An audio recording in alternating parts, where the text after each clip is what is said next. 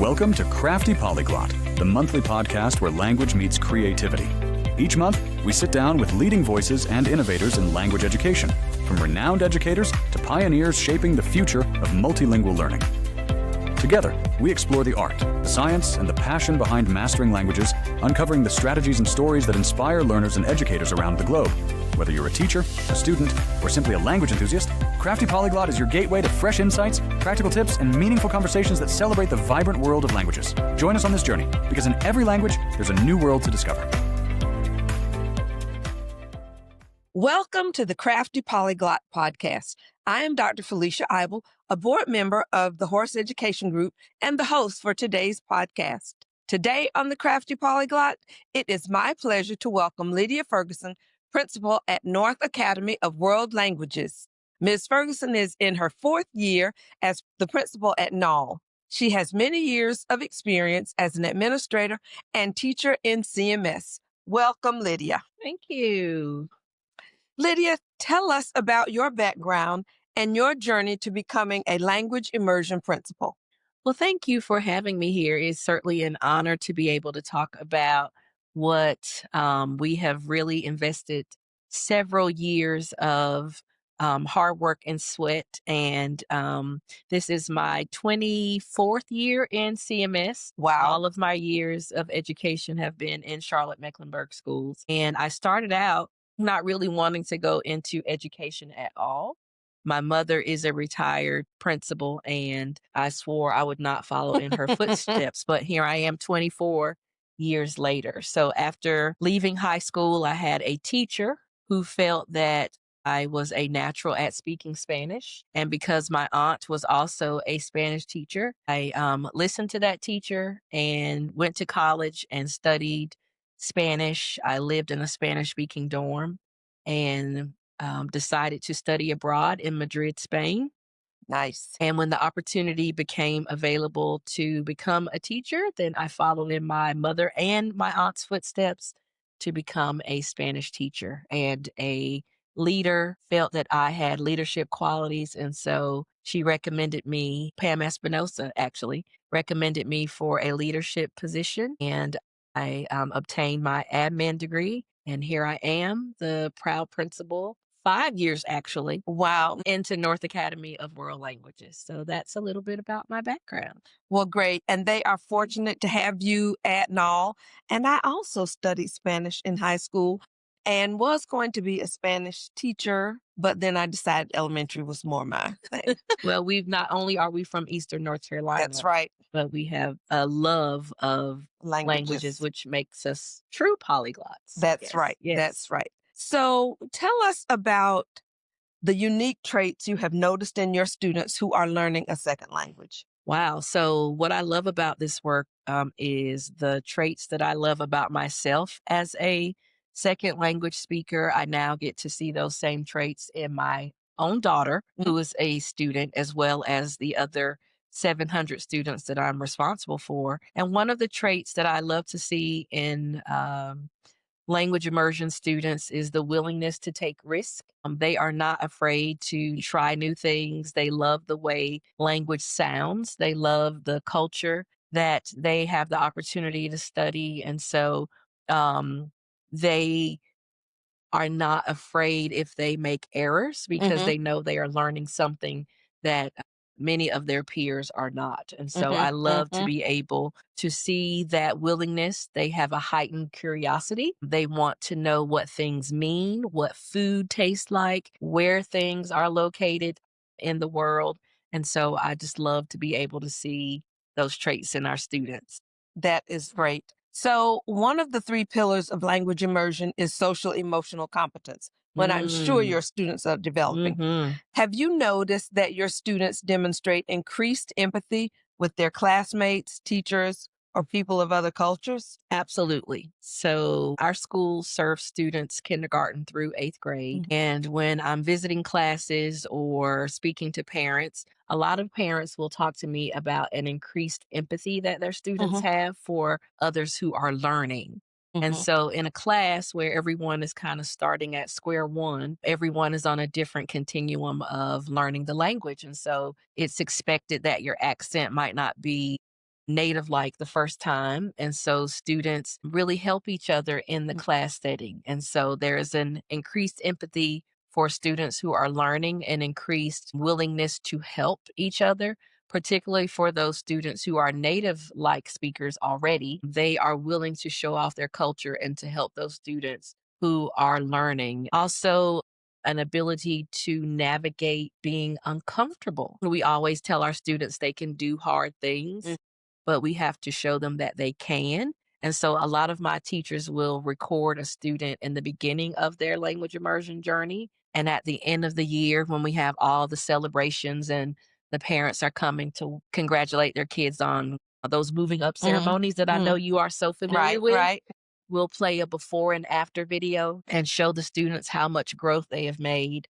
And it really is always that not a dry eye in the room when we show them how much growth they've made. And how do you see that impacting the teachers? How are they in regard to their teachers? Yeah, so a lot of research shows that there is always some turnover and attrition for teachers, but a lot of teachers rather remain in these positions. So our inaugural year, 5 years ago, I have many of those teachers who are still at NAWL.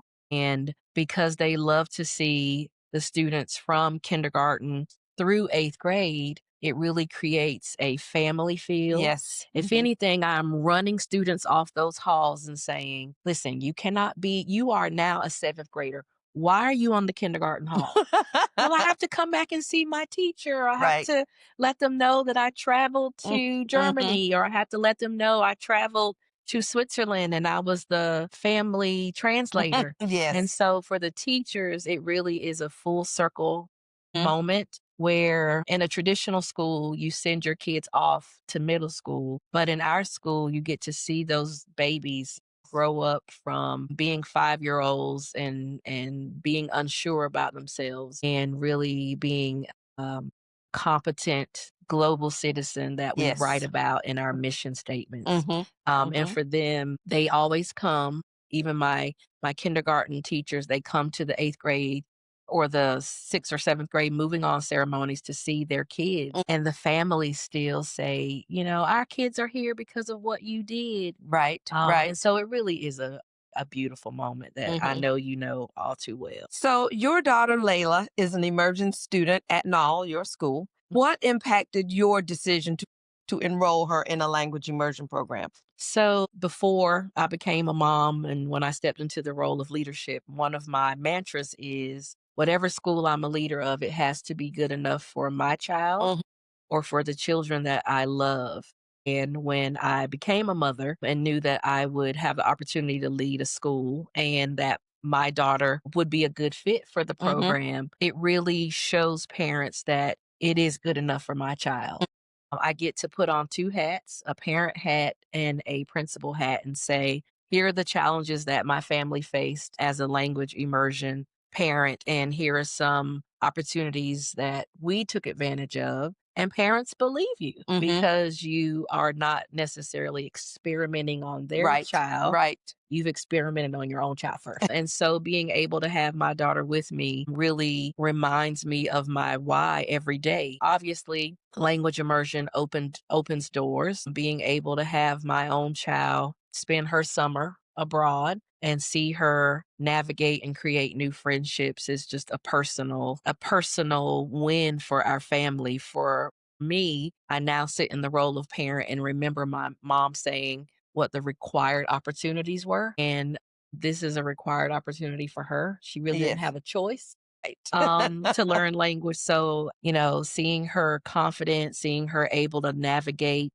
not just Charlotte, but really being able to say, okay, the train comes at, such and such time when we were in France really is what parents are raising their children to be. So what advice would you give parents considering immersion for their own children? You already did cover some of that, but what else would you say to parents? I would say it kind of ebb and flows. My kindergarten parents are the most excited, but then sometimes the most fearful that they are not able to help as much as they want. And so we really tell parents to trust the process. Oftentimes, parents will send panic emails. My child is not developing English as fast as I want them to, or, their reading might be a little choppy in the beginning. And so I tell them to trust the process, encourage their students, don't necessarily try to learn the language alongside them, Right. because Yes. parents have these hopes that they're going to be just as fluent as their children. And I tell them that is a false narrative because they're not immersed.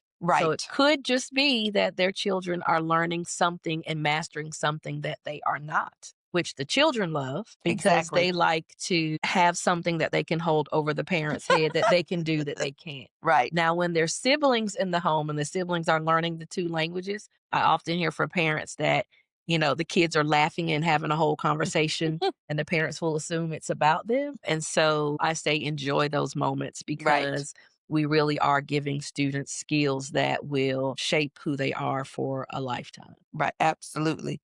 Absolutely. So, as the principal of a school where students are learning multiple languages, what do you see as advantages for students surrounded by language learners in different languages? Wow, I could go on and on about that. So, more than ever, the ability to be diplomatic, the ability to not just tolerate others, but really appreciate them. Cross-cultural friendships are paramount. I have seen students, their families who are hosting, we have a program where we host academic volunteers, and the friendships that families create to be able to travel and have those friendships are super important. The ability to understand that multilingualism is really normalized.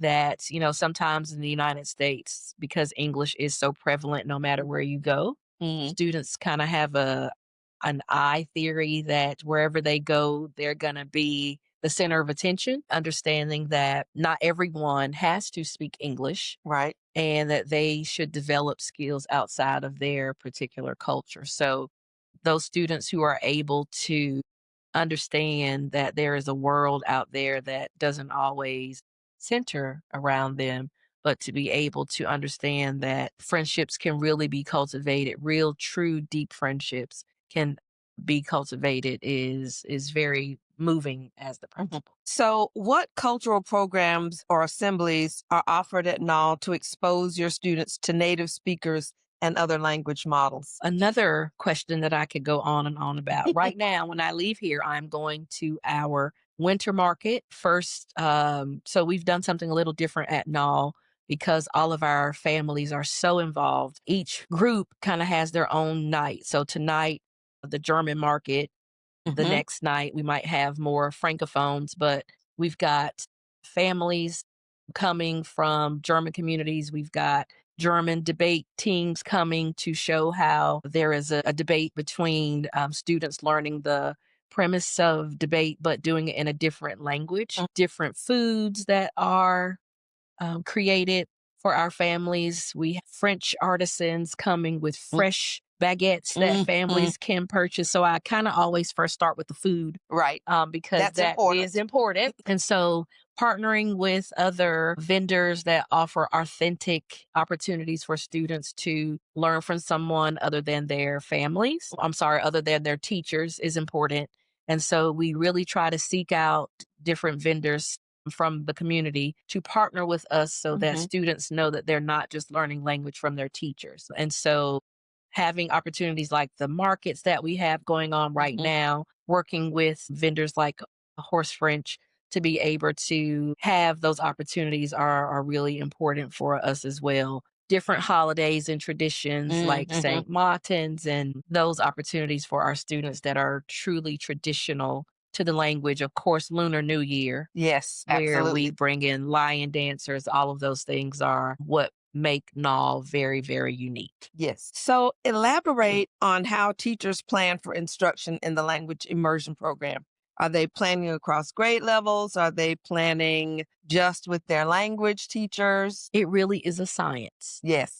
You know very well that while our students are learning what every other student is learning, I would say in North Carolina with the standards, our teachers have to do a little bit more. And Yes. so I always like to give a shout out to our amazing staff who work so hard to not only make sure that students are learning the standards, but they're learning it authentically through language. And so Yes. that requires them to really curate their own materials by finding texts that match what everyone else is doing. An example would be my third grade students just got finished reading Peter Pan. Well, our students are not only reading Peter Pan in English because, you know, third grade is where we learn, students are formally introduced to English, but my students in French, for example, are reading Peter Pan in French alongside the English. So talk about the cognitive lift that students have to, or teachers have to plan for, to be able to plan with the English team and plan with the French team to be able to say, well, what are some of the things we want to lift from the text that would be able to be explained in both languages? And that really requires a lot of hard work from teachers, a lot of extra planning to secure those materials and really have the outcome be the same for the students. So we do start cross planning early. Our kindergarten teachers, we believe it and all that graduation begins in kindergarten. And so in order to be a fluent reader by the time we're in third grade, what are some of the things that teachers need to work on in kindergarten? Yes, coloring is important, but what are also some of the skills that we want to see students be able to transfer by the time they get to third, fourth, and fifth grade, where testing, you know, is of the essence. So yes, to answer your question, planning does take place across grade levels, and it is really scientific. And I can't thank my team enough for what they do to make sure that students are prepared. That's great. And so, how difficult is it to acquire materials in these second languages? Tell us a little bit about that. So 3 trips into you know, traveling abroad to not just secure materials that can be purchased online, but really going to the universities. You and I were fortunate to travel together to really talk to teachers and professors at universities to say, okay, what are your teachers? What are your pre-service teachers using? What texts are culturally relevant for students who at our schools represent many languages and races and nationalities? How do we find books that not only align to our standards, but to the standards of our diverse families? Working with our district level learning and teaching to align the curriculum that all schools are using, but how do we find texts and how do we find resources that are parallel? It is difficult, but it is also very rewarding when you find those resources to be able to say, look, I found it. With the French language, you know, we typically are trying to work with the French government, the Canadian government, to be able to have those materials shipped to us. Of course, there's always navigating. How does your procurement department work with different vendors? Especially international vendors. Where no one can read the contract. And so how do we get our, you know, legal department on board to be able to enter into contracts with vendors across the globe is really a challenge sometimes, but once you find those materials, it certainly is rewarding to be able to have those in your hands for children to be able to use. So you mentioned that formal English language instruction starts in third grade, except, of course, in Chinese, where it starts in kindergarten. What skills are students able to transfer from their immersion language to formally learning English literacy? So that is the science. And that is what we work so hard to explain to our families when we are convincing them that this truly is a gift. So, being that my first love is in linguistics, and all of my research that I'm doing now as a doctoral student is about how do we transfer languages across, phonemic awareness, decodable skills. How do students really learn language? So, how do they organize their writing? How do they understand grammar? Each language has its own code. Right. And no matter what the language is, we have to remember that language is meant for communication. And so if it is writing, if it is speaking, how do we get students to understand that there are grammatical rules in Mandarin? Right. There are grammatical rules in French. And how do I compare what I have learned in English to my new language? And that is what we work so hard on at NAWL, to have our English team to not only work with parents, but to work across languages. So if I am teaching strokes in Mandarin, how do I say, well, this is very similar to my punctuation in English? And so, yes, student, you are learning a logographic language, but you are also transferring those skills to what you do in the English language. So students are not necessarily learning to read English. They are learning to transfer what they learned in their target language to English, which is why language immersion is such a gift. In French, for example, our students are learning the same skills as what we use for dibbles. So do they recognize beginning sounds? Can they blend sounds? Do they look at nonsense words? Those are the same skills that we're doing in French and German. Right. Those are Latin-based languages. And of course, we're doing the same in Mandarin for our students as well. So morphology, the beginning sounds, prefixes, suffixes, spelling patterns, phonics, explicit grammar, all of that transfers from the target language to English. Right. So what advice or support do you offer for parents for their children at home? You hit on that earlier too. We know that the parents are not learning the language with their children. So what do you suggest that they do at home with their children? I would say create a positive mindset. It is hard in the beginning. Sometimes there might be tears for those students who are embracing the opportunity that parents have given them. Learn alongside the children. Let the children be your teachers. Ask them to teach you a word a day. The teachers at NAWL do a tremendous job of sending materials home, videos, recording themselves, watching those videos alongside the children and letting the children judge your language. My daughter loves to say, no, mom, you can't say it that way. It's not bonjour. You sound Southern, it's bonjour. And, you have to really say it with a certain je ne sais quoi. You have to really feel it. And she loves being able to have me channel my inner French self. And so I enjoy allowing her have that power to be able to teach me. A lot of my families want to immediately take a trip and have their children be the family interpreter. And the kids will say, can you please tell my mom I'm not ready to go to Paris and be the family interpreter? I'm only in 3rd grade. And so I say, allow the students to show off a little bit, but not put too much pressure on them. I am guilty of it. Every time I meet a French speaker, I'll say, my daughter speaks French. Layla, come over here. Tell them what you know. And she'll be like, my name is Layla. I am in 5th grade. But just really bragging, but not putting too much pressure on your student. And then I would say, lastly, stay connected with teachers. Find out how your child is doing. Trust the teacher. We ask families to place a lot of trust in our program, but trust the teacher. See how you can support at home. And just like any other language, when your child needs extra help, inquire how you can do that outside of what the teacher is doing in school. So strong home relationship and really enjoying the magic of language immersion. Absolutely enjoying the language of language immersion. Yes. So you hit on trips there for a minute. Are there plans for international travel for immersion students at NAWL? Tell us all about it, Ms. Ferguson. The $1 million question. So I like to remind my families, and you were such a gracious sister school when we opened NAWL. That sale has been in existence for more than 20 years.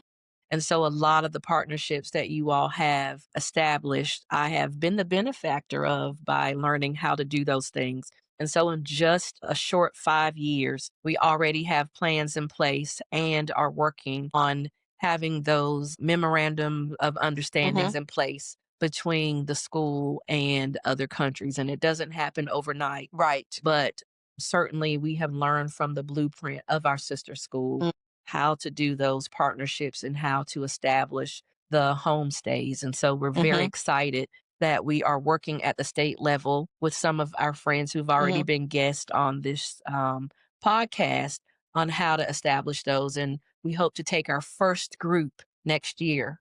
And I won't spoil the surprise yet, but we hope to take our first group next year to participate. And so one of the things that we're going to ask our families to do is, in addition to sending your child abroad, to also host a student. So Dr. Lynn and I at SAIL have already talked about how we're going to launch those family meetings to explain what those trips are, what they are not, and how families can get involved. Some of my very ambitious teachers in middle school, because we want to not just offer this opportunity for immersion students, but also those students who come in through language learning in 6th grade, if not necessarily a homestay, but the opportunity to travel abroad with their friends. And we've done that already at NAWL. We've gone to Paris, we've gone to London, we've gone to Switzerland and Germany. This year, we're going to Japan. And this is a different track that we take for those students who've not been in the immersion program, but who still want the opportunity to travel with their middle school friends, minus the parents. Yes. Minus the parents. Minus That's the a very parents. good point. Yes. We want those kids to be able to do these things on their own and to have the confidence that they can truly be global citizens, which we talk about in our mission and vision all the time. Great. So stay tuned, because you will see the narwhals are taking this show on the road. Okay, great. Well, thank you, Ms. Ferguson, for joining us this evening. We certainly appreciate it, and you have certainly added to our Crafty Polyglot series. Thank you so much. Thank you for having me. This was a lot of fun. Thank you.